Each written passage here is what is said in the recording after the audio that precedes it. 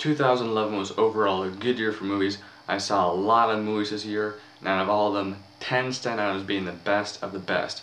Since I have seen these movies in the theaters, I have not been able to stop thinking about them. Like my top 10 worst of the year list, which I'll assume you've seen, there will most likely be some surprises, or not, you never know. So, without further ado, let's get to the list.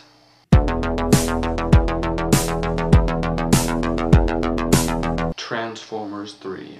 I bet none of you watching ever expected somebody to have a Transformers movie on their top 10 favorites list, let alone a Michael Bay film. Sure, the script wasn't great, nor was the acting for the most part, but I went into Transformers 3 looking for entertainment, and I got it. It was able to keep my attention from the opening scene to the end credits, which isn't easy, and it is without a doubt the best of the trilogy, in terms of action alone.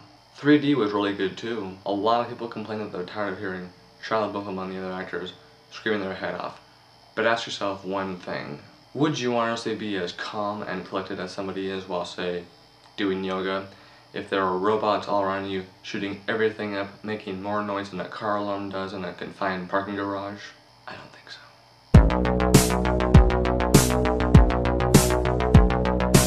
Paul.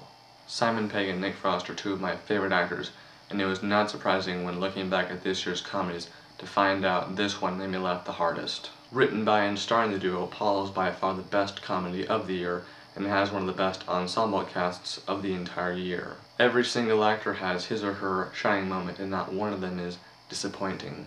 And despite not being physically present on screen, this is the best work done by Seth Rogen that I've ever seen. His character is funny without being annoying and brings genuine laughs to the table. Credit also goes to director Greg Matala, who does a great job of bringing this hilarious script to the big screen. If you're looking for a good time, look no further.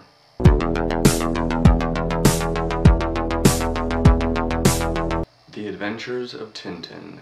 Spielberg is not one of my favorite directors, but this is my favorite film of his by far. He puts the performance motion capture technology to good use and gives us one of the best adventure films made in recent history. There's an action scene in this movie that unfolds before our eyes in one glorious tracking shot that had my jaw drop to just how well executed it was. I cannot wait for the second film, which will be directed by Peter Jackson. You can say all you want about how Mel Gibson is screwed up, but in reality, everyone is screwed up, and celebrities are not immortal to the issues that plague us common folk. Jodie Foster's been in the business for a very long time, and she does an incredible job bringing to life a tremendous script by Kyle Killen. Gibson gives an Oscar-worthy performance as a depressed father too, looking for a way out of his funk. He finds an unlikely solution in a beaver puppet found in a garbage bin and uses it to regain his status as both a father and husband. This isn't the best movie to watch during the holidays, but it is definitely worth checking out.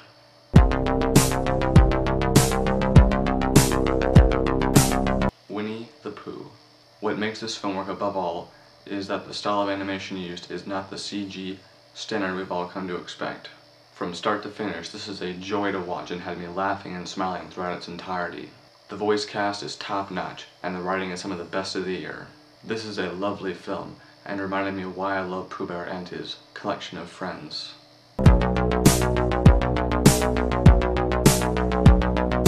Out of the 4 documentaries I've seen this year, none of them stand out more to me than These Amazing Shadows. Directors Paul Mariano and Kurt Norton give us a film that tells us the history and importance of the National Film Registry. We get numerous interviews from people in the film business and from those who are on the board of the registry, as well as from those whose job it is to preserve films from a very long time ago. This documentary reminds me first and foremost of why I love to watch movies and why I want to become a director. There are a lot of jobs out there in the world, but nothing in my mind is more satisfying than being a part of an industry that makes dreams come true. If anybody has not yet had the pleasure of watching this movie, then I suggest you go onto Amazon right now and buy it. Same goes for the other movies on this list as well.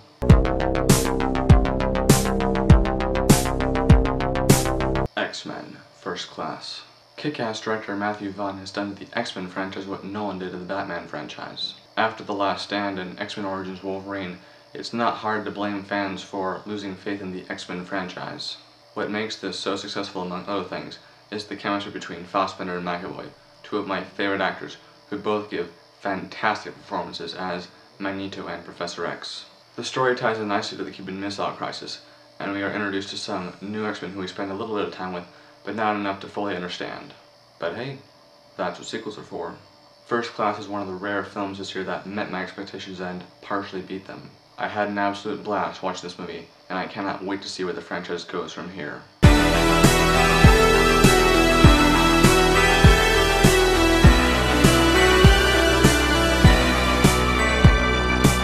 "50-50", in yet another home run performance, Joseph Gordon-Levitt gives an Oscar-worthy performance as Adam, who gets diagnosed with cancer and tries to cope with it, getting help along the way from his best friend Kyle, played by Seth Rogen.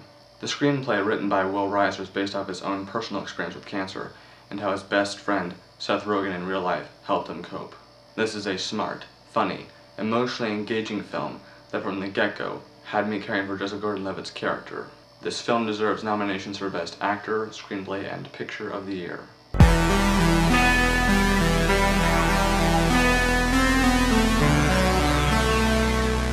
Shame. In a completely different and superior role, in my opinion, to Magneto in First Class, Fassbender is outstanding, owning every scene, and gives perhaps the best performance of the year as Brandon, a sex addict living in New York. Carey Mulligan, just as great, plays Brandon's sister, who keeps butting in on his life and is a constant pain. Director Steve McQueen shows true confidence in his actors, as the majority of the scenes are shot using only a single camera. I am very curious to know how many takes it took to shoot every scene shot in this fashion, but given the talent on screen, I am optimistic that it didn't take a lot. It would shock me if this film was not nominated for Best Director, Actor, Supporting Actor, Screenplay, and Picture of the Year. Perfect in nearly every way.